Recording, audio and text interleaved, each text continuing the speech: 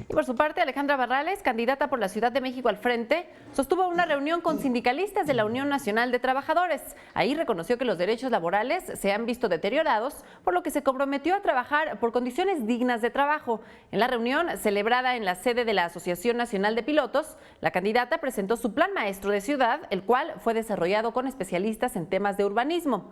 Entre sus propuestas se incluyen mejoras en la red de transporte público y el reforzamiento en la seguridad para proteger a niños y adolescentes. Escuchemos.